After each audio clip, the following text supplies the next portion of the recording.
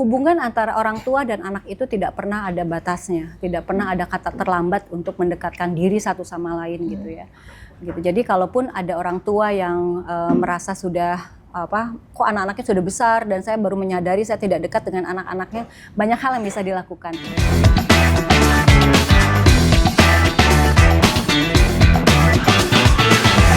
Selamat siang Bogorian. Pagi ini kita bertemu kembali dengan Bicara Bogor. Di sini ada Ibu Yana Ardian, istri dari Wakil Menteri Dalam Negeri Bima Arya Sugiarto. Teh Yana, Assalamualaikum. Waalaikumsalam, Bapak. Selamat Hari Ibu. Terima kasih sama-sama. Sekarang kesibukannya apa nih Bu? Kesibukannya masih seperti dulu, karena saya punya aktivitas rutin sebagai family educator, jadi banyak kegiatan-kegiatan yang berkaitan sama keluarga, masyarakat, anak, seperti itu. Oke. Bukan hanya ibu untuk kedua putra-putri ibu ya, Ken dan Kin. Ibu memiliki dua putra-putri, Kenatra. Ya, Kenatra yang kedua, kemudian yang pertama Kinahura. Kinahura.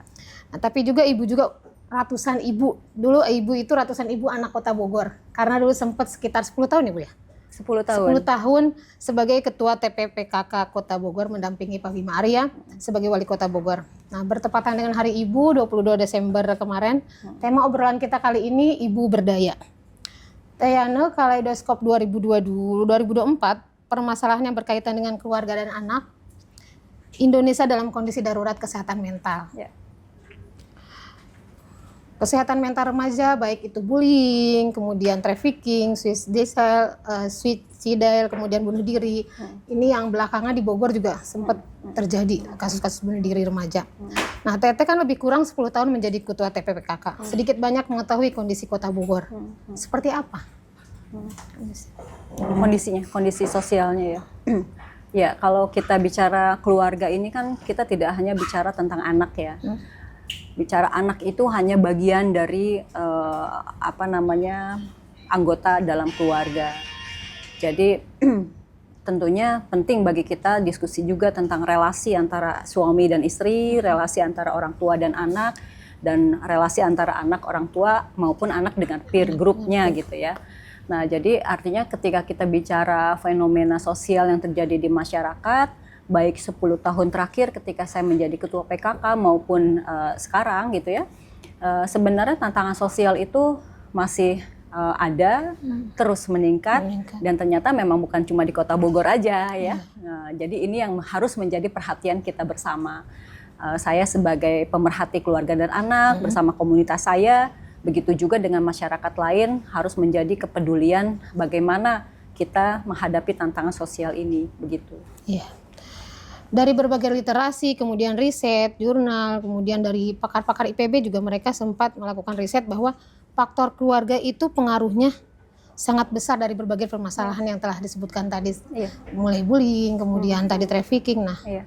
Peran ibu seyogianya seperti apa sih? Kalau kita bicara peran ibu itu di dalam keluarga, tentunya sebagai pendidik utama ya. Sebagai pendidik utama itu bukan hanya bagaimana menyampaikan nilai-nilai kepada anak, tapi ada yang terlupakan biasanya sama ibu, yaitu sebagai pengasuh emosional anak gitu. Nah, jadi bagaimana peran ibu itu sebenarnya mengajarkan anak mengenali emosi dan bagaimana mengelola emosinya. Nah, saya rasa dengan segala permasalahan sosial yang terjadi di tengah-tengah masyarakat ini, ada hal yang luput untuk dikuatkan di dalam keluarga itu bagaimana memahami emosi ya. Dan ketika kita bicara tantangan sosial ini bukan hanya bicara tentang keluarga gitu ya. Kami di bidang keluarga itu bicara seorang sosok individu itu bicara tentang ekosistem sebuah keluarga, bahwa seorang individu itu lingkaran pertama itu betul keluarga, tapi ada lingkaran kedua lagi yaitu antara keluarga dengan misalnya pihak sekolah atau misalnya pihak kantor gitu ya.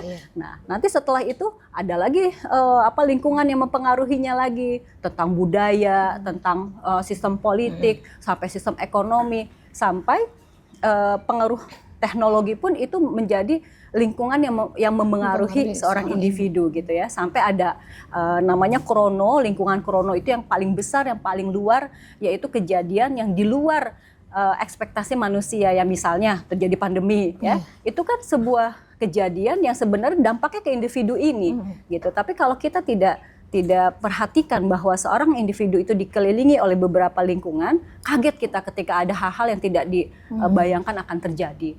Nah, jadi balik lagi Mbak Pipin, jadi ketika kita bicara bagaimana seorang ibu itu menjadi pendidik di dalam keluarga, pendidik utama, dan yang utamanya adalah pengasuh emosional anak, itu harus dilakukan, tapi bukan menjadi salah satu sumber utama ya, karena dalam melahirkan seorang sosok yang berkualitas itu harus memiliki lapisan-lapisan lain gitu. Berarti ketika seorang ibu dia juga harus bisa mengelola emosi anggota keluarga yang lain, nah otomatis emosi seorang ibunya juga harus diutamakan ya Bu. Betul. Jadi kalau ibunya emosinya juga tidak stabil misalnya, itu akan berpengaruh besar terhadap. Jadi ibu tuh harus waras ya. Harus waras ya Bu ya. Jadi ada istilah-istilah kita boleh me time lah, kita ngumpul boleh. Ketika ngumpul, kemarin Bu bagi rapot nih, bagi rapotnya sebentar tapi ngumpul ya. Karena itu menghilangkan kewarasan gitu ya. Biar ada tetap waras ya Bu ya, seperti itu. Kemudian sempat terjadi beberapa kasus kekerasan anak terhadap orang tua ini. Salah satu contoh kasus di Jakarta di mana seorang anak dia akhirnya melukai neneknya, kemudian ayahnya, yang terakhir dia juga berani melukai ibunya, yang kadang-kadang kan ibu itu pilihan anak itu pasti lebih ini ibu ya, tapi ini tiba-tiba ibunya pun termasuk yang dia lukai. Nah ini sebetulnya apa yang salah? Apakah pola asuh tadi atau mungkin ya itu pengelolaan emosi? Jadi manusia itu makhluk yang kompleks ya. Jadi ketika kita melihat satu individu, tidak hanya melihat dari luarnya saja atau dari fisiknya aja. Di dalam diri kita itu banyak sekali aspek-aspek yang harus dipenuhi. Dan kalau kita melihat dari pola asuh itu tidak bisa hanya kita lihat saat ini. Pola asuh itu punya sebuah perjalanan yang panjang. Kalau kita bicara pola asuh zaman dulu, tradisional, bagaimana orang tua itu sangat otoriter kepada anak. Tapi kita lihat anak-anak zaman dulu itu, ya mungkin lah kita ya generasinya gitu ya, itu lebih disiplin ya, lebih kokoh gitu kan. Nah karena orang tua yang memang menanamkan disiplin anak yang begitu kuat, tapi cara pendekatan mereka adalah otoriter dan orang tua harus didengarkan gitu. Nah dari pola asuh tradisional itu berubah dan berjalan ke pola asuh yang sifatnya lebih moderat ya. Bagaimana orang tua itu lebih melihat kesejahteraan emosional anak. Anak boleh mengeluarkan pendapat, orang tua tanda kutip menjadi sahabat buat anak gitu ya. Jadi lebih ke emosional anak. Nah, setelah itu memasuki pola asuh di era digital sampai sekarang ya. Nah, itu tantangannya luar biasa, bagaimana anak-anak mendapatkan akses informasi itu sangat terbuka. Nah, tantangan buat orang tua untuk terus mengejar juga melek literasi digital seperti apa. Nah, lalu memasuki sebenarnya juga pola asuh di era modern ya, bisa dibilang saat ini tuh modern dan inklusif. Jadi bagaimana kita anggota keluarga itu sudah mulai menghargai yang namanya ada perbedaan gitu ya. Pendapat bapak, ibu beda, anak beda, itu semuanya sudah seperti ruang DPR aja kalau di rumah gitu ya. Itu bisa mengeluarkan pendapat dan lain-lain. Nah, kalau tidak bisa kita kelola dengan baik, kalau yang zaman dulu itu terlalu keras, otoriter, nah zaman sekarang ini kalau tidak orang tua tidak belajar sehingga lebih permisif ya, yang lebih kendor. Tidak yang di sini mungkin tidak melihat perasaan si anak, di sini malah mengabaikan perasaan si anak. Bagaimana seorang anak tidak bisa mengungkapkan apa yang sebenarnya dia inginkan. Mungkin komunikasinya susah. Nah, sebagai orang tua itu harus mau menggali, memancing sehingga keluar emosinya gitu loh. Kalau dia mau marah-marah lah gitu ya, tapi ada batasnya. Kalau dia ada sesuatu yang diresahkan, sampaikan. Ada ketidaknyamanan, sampaikan. Nah, bayangkan ketika itu tidak difasilitasi oleh orang tua sebagai sosok yang paling dekat dengan anak. dia tidak keluar di dalam dirinya. Nah, saya melihat dengan segala keterbatasan saya, karena saya bukan sisi psikologi ya, saya lebih ke sosiologi. Jadi saya melihat ada emosi yang tidak stabil di dalam diri anak sehingga dia bisa meluapkan ke orang tua dalam bentuk kriminal seperti itu. Jadi terkadang di era sekarang itu permisif orang tua, tapi juga ternyata orang tua tuh ada yang lepas yang dulu itu sebetulnya lebih bermanfaat, di mana anaknya bisa cerita, bisa apapun. Nah sekarang malah apakah karena kesibukan orang tua atau karena... Betul, kalau kita ngelihat dari orang tua zaman dulu, itu mungkin jam 2, jam 3 sore udah pulang. Pekerjaannya tidak terlalu sibuk gitu. Kalau sekarang bapak bekerja, mungkin berangkat, anak masih tidur, pulang anak sudah tidur. Nah sekarang ibu pun sudah memiliki peran domestik di luar gitu ya. Nah ini fitrahnya ibu nih harus kita tarik kembali ketika kita melihat tantangan sosial yang begitu luar biasa saat ini.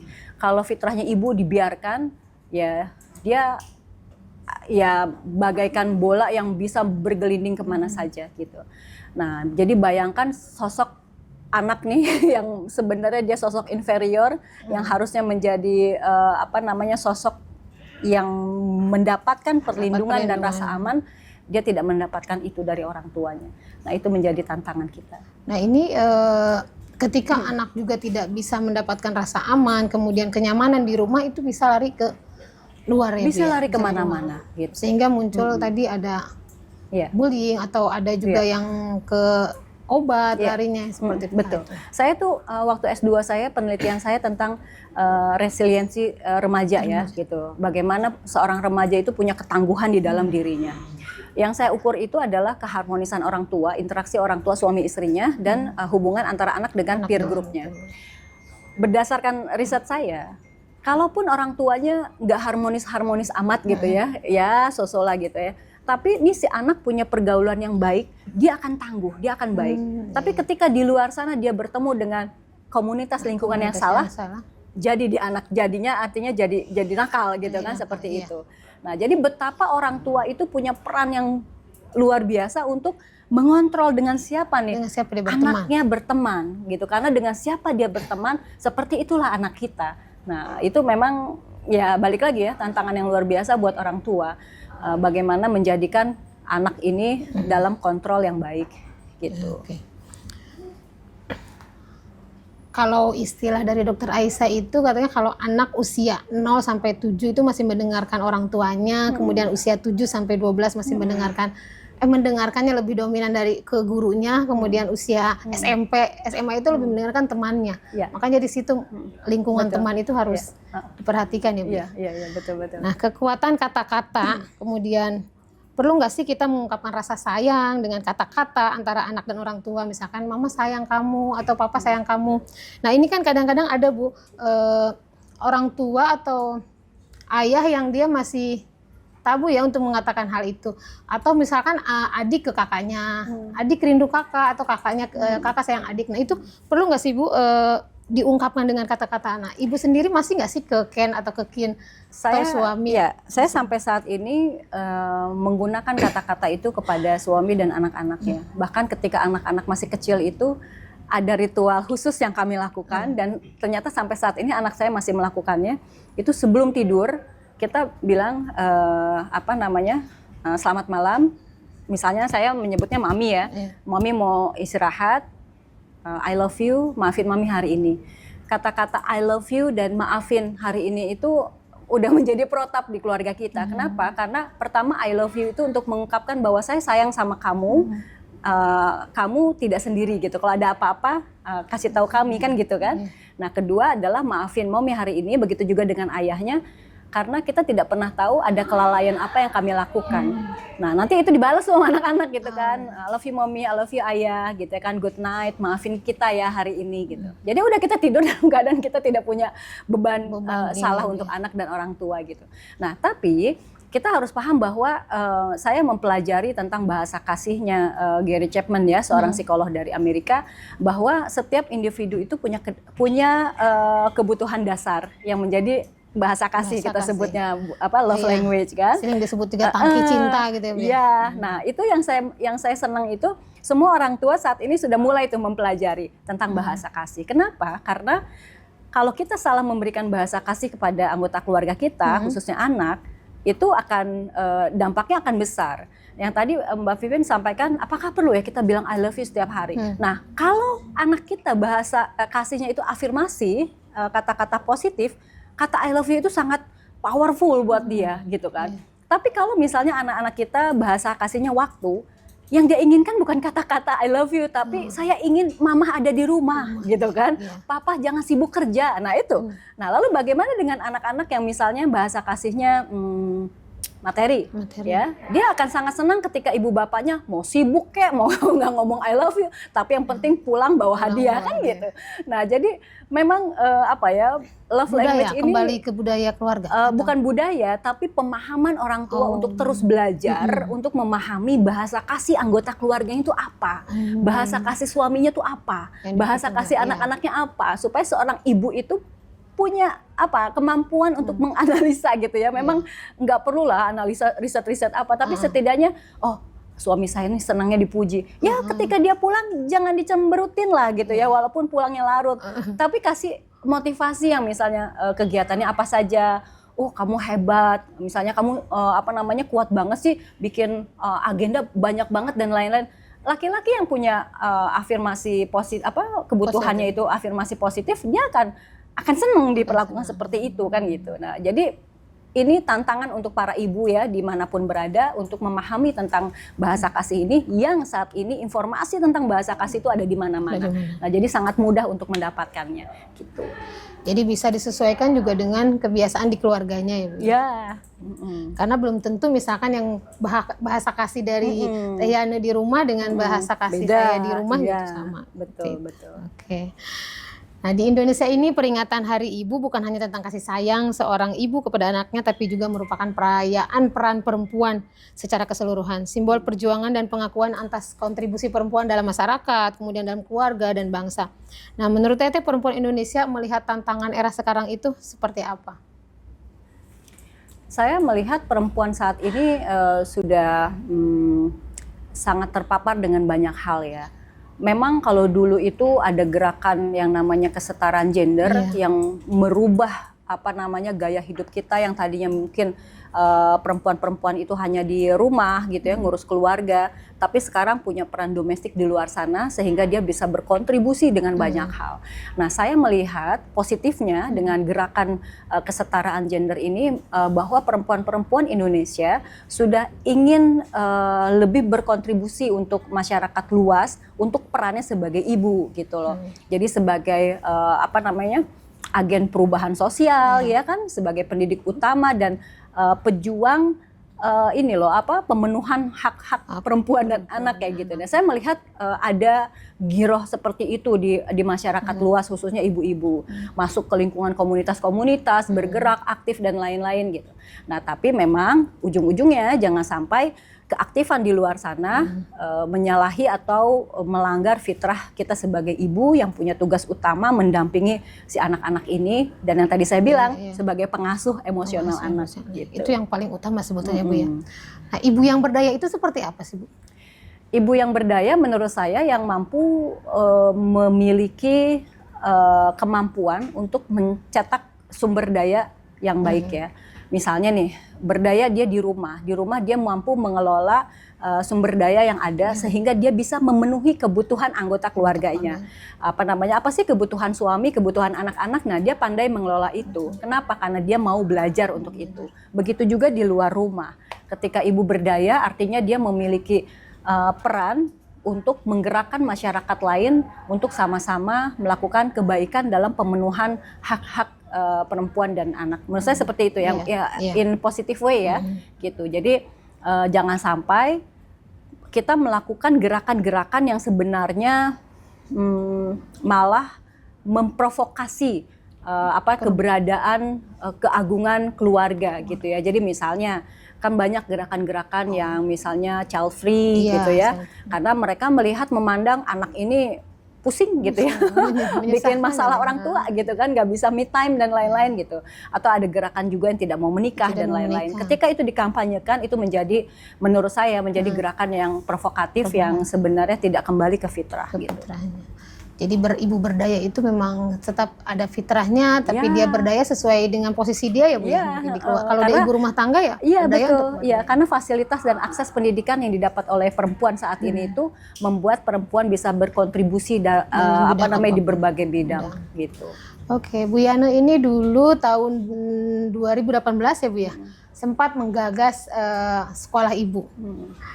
Saya waktu itu sempat masih liputan terkait sekolah ibu itu, dan memang materinya itu sangat bagus ya. Maksudnya saya pun waktu itu karena nggak sempat saja ya, jadi padahal tertarik untuk ikut di sekolah ibu. Nah ini sekolah ibu itu waktu kemarin kan terbilang sukses ya Bu ya. Ini sebetulnya masih relevankah untuk diterapkan lagi jadi biar ada masukan nanti di kepemimpinan Pak Deddy Rahim ini? Kalau kita lihat tantangan sosial saat ini, sekolah ibu sangat relevan untuk terus dilaksanakan. Karena pertama tantangan sosial semakin meningkat yang tadi, artinya kalau ada sekolah ibu menjadi wadah perempuan-perempuan menghadapi tantangan sosial tersebut. Nah lalu bagaimana ibu sebagai pendidik utama itu, nah disitulah ya ibu-ibu belajar. Nah yang ketiga itu kemampuan ibu ya dalam hal pendidikan itu beragam. Nah, jadi ketika kita berada di dalam satu lingkungan sekolah ibu, itu sebenarnya melatih ibu-ibu untuk memiliki persepsi yang sama dalam menjadi seorang ibu yang baik gitu ya. Nah, jadi sebenarnya sekolah ibu itu masih sangat relevan dengan berbagai kondisi yang kita hadapi saat ini. Gitu. Dulu apa sih Bu ide sehingga memunculkan sekolah ibu tuh? Awal pertama kok ibu tiba-tiba pingin nih di Bogor itu ada sekolah ibu? Ketika Kang Bima dilantik menjadi wali kota, saya dilantik menjadi ketua tim penggerak PKK. Tugas saya adalah melakukan pembinaan ke masyarakat. Berbagai program PKK tuh ya yang sangat banyak, saya turun ke wilayah untuk melakukan pembinaan.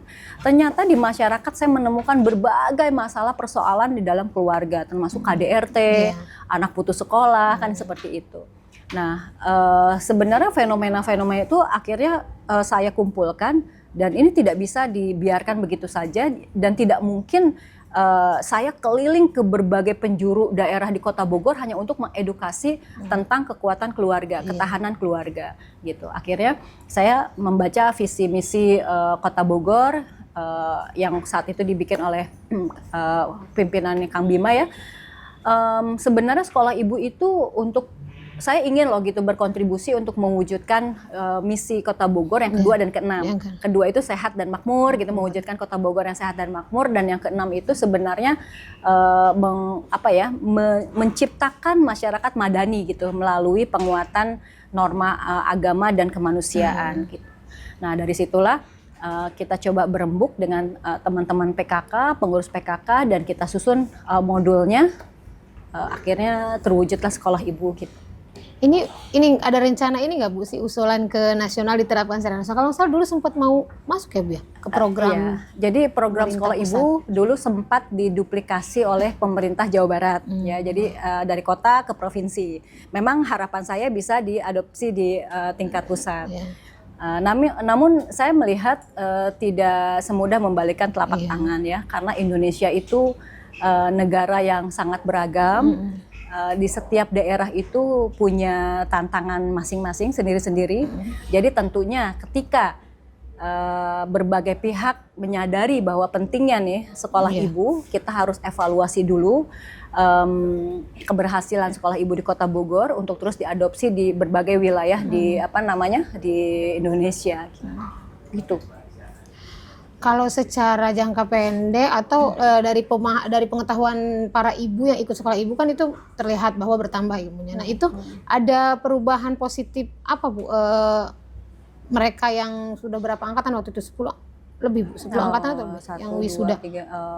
4 angkatan sih sebenarnya, cuma 4 angkatan, tapi satu angkatan itu sekali wisuda kan 2.000 orang ya, jadi sekitar 8.000 yang udah diwisuda ya. Ini ada ini nggak feedback yang positifnya pas yang ibu yang terima gitu dari laporan dari kelurahan atau dari kecamatan? Feedback sih positif semua ya Mbak Pipin. Rata-rata itu ya. Iya, makanya sayang kalau nggak dilanjutkan. Saya sempat ya. dengar sih Bu waktu itu ada yang diwawancara ibu-ibu katanya saya sampai awalnya mau cerai nggak tiba-tiba jadi gitu nggak kan. jadi ketika saya iya. dapat ilmu Iya. tentang hubungan suami karena ada yang ilmu tentang hubungan suami istrinya relasinya. Oke Bu Yani, bagaimana sih membentuk keluarga yang sehat dan tangguh versi Yani Ardian? Apakah semua keluarganya bisa melakukannya? Nah kita ingin tahu dari yang versi ibu itu membentuk keluarga tangguh itu seperti apa? Menjadi orang tua itu kan bukan hal yang mudah ya. Kita menjadi orang tua di zaman era digital seperti ini, di mana anak-anak kita sebenarnya bisa mendapatkan informasi dari manapun, bukan dari orang tuanya lagi gitu ya. Kalau dulu kita informasi dari orang tua kita, dikasih nasihat. Tapi anak-anak sekarang emang mau dikasih nasihat? Coba mana anak-anak sekarang? Kalau dinasihatin sama orang tuanya pasti nih mama taunya dari WhatsApp grup mak-mak kan gitu ya. Gitu. Nah jadi artinya kalau saya di rumah itu membangun komunikasi efektif itu dengan bertanya dan mendengarkan kepada anak-anak kita ya gitu. Nasihat itu kita simpan di posisi yang ketiga setelah kita melempar pertanyaan kepada anak-anak kita tentang sebuah isu, lalu kita tanya apa yang menjadi pemikirannya mereka. Nah setelah itu barulah masuk pemikiran kita gitu. Nah jadi jangan dibalik. Jangan ketika kita ngobrol dengan anak-anak itu pemikiran kita yang kita tuangkan dulu gitu. Tapi biarkan mereka proses berpikir dulu. Ketika kita khawatir akan sesuatu, bukan kita menasehati anak kita, tapi kita bertanya dulu tentang isu itu. Jadi contoh ya Mbak Pipin, misalnya keresahan orang tua saat ini apa sih? Misalnya tentang penyimpangan seksual misalnya ya, ini contoh ya. Nah kita takut nih anak kita terpapar dengan penyimpangan seksual gitu ya. Jadi bukannya kita memanggil anak kita dan menasehati anak kita tentang berbagai dampak dari penyimpangan seksual, tapi kita bentuknya diskusi sama anak kita. Menurut kamu penyimpangan seksual seperti apa sih? Banyak banget deh di masyarakat sana kan gitu ya. Nah biarkan mereka menjelaskan tentang ini, dari situ kita menangkap ini anak kita sebenarnya berada di lingkungan itu atau tidak kan gitu ya. Nah dari situ kita terus bertanya dan kita dengarkan dan kita menyimak. Setelah mereka menyampaikan pendapatnya barulah kita masuk gitu. Kalau menurut ibu begini gitu ya, menurut ayah begini. Nah jadi kan itu sebuah diskusi yang ujung-ujungnya kita berikan nasihat. Mudah-mudahan kamu bisa menjaga diri ya nak ya, hati-hati di luar sana gini. Itu setelah mereka mengungkapkan apa yang menjadi pendapatnya. Nah, kami di rumah seperti itu ya gitu ya, karena kita melihat tantangan saat ini anak-anak itu sudah mendapat informasi yang sangat banyak dari media sosial maupun dari dari internet gitu. Jadi pola komunikasinya itu adalah menyampaikan pertanyaan, kita mendengar, baru kita menyampaikan nasihat.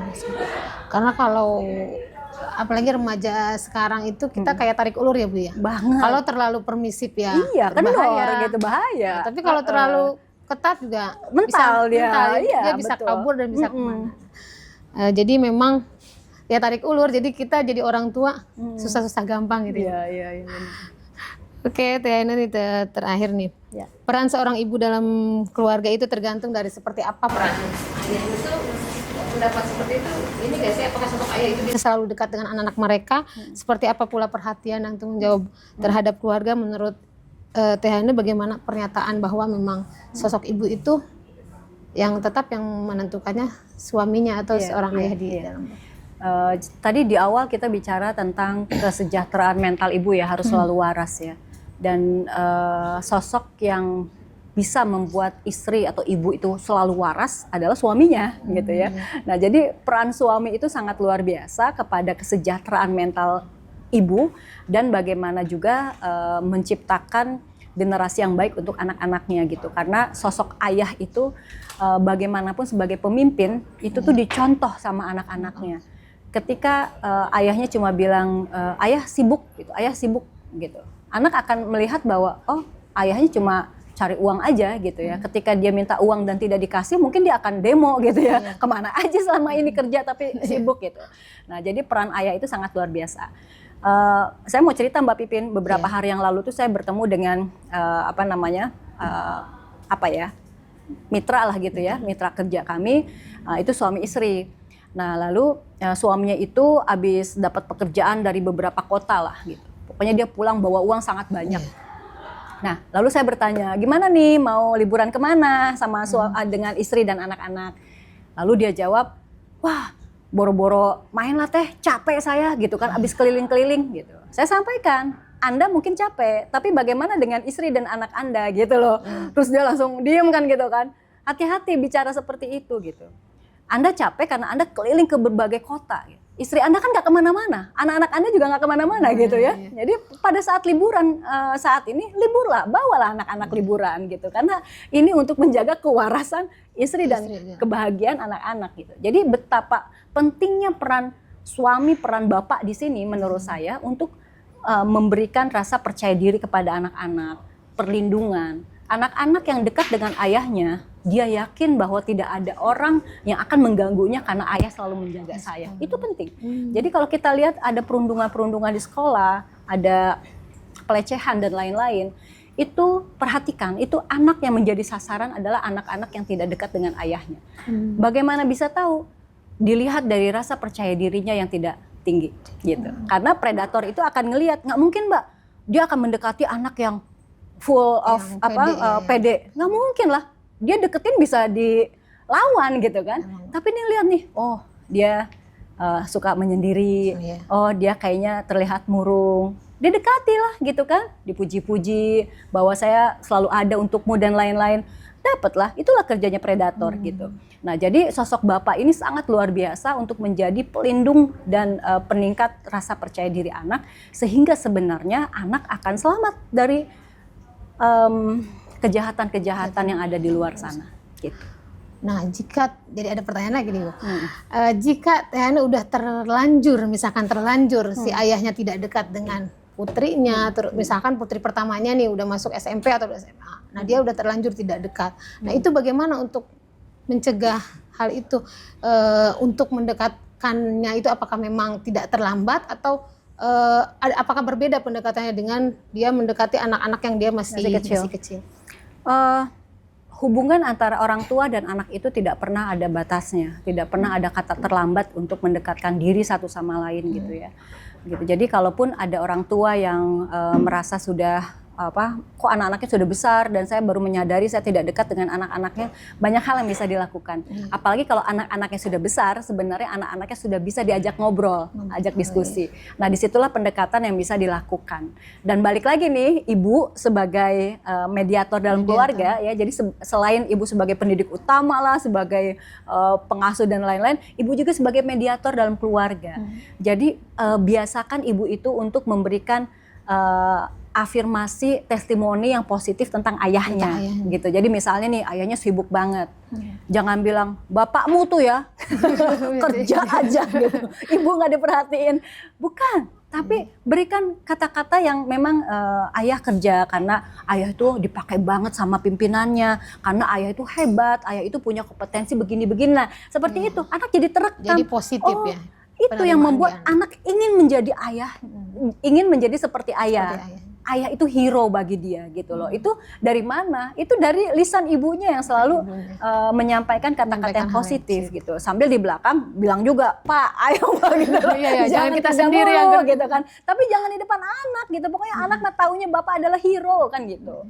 Nah, itu yang seringkali para ibu yang tidak sejahtera secara mental, secara psikis itu seringkali kemarahan pada suami itu dituangkan kepada anak. Nah itu yang harusnya itu tidak yang terjadi. Sering terjadi. Ya begitu. Oke. Bu Gorian, demikian paparan dari Teh Hana. Mudah-mudahan apa yang kita diskusikan ini bisa bermanfaat dan sekarang ilmu di dunia internet, di medsos sudah banyak ya Bu ya. Jadi kalau memang ada pertanyaan atau apapun itu sebetulnya bisa. Sekarang apalagi ada Meta ya Bu. Ada Meta, walaupun suka ngarang ya jawabannya ya. Oke, terima kasih banyak untuk Bu Teh Hana. Sebentar lagi anniversary ya Bu. Kok tahu sih? Tahu dong, kita nyari-nyari. 5 hari lagi ya Bu ya. Kita duluan deh. Mudah-mudahan sakinah mawaddah warahmah ya Bu ya. Mohon doa sejahtera dan keluarganya dari semua. Sehat ya. Terima kasih. Assalamualaikum warahmatullahi wabarakatuh.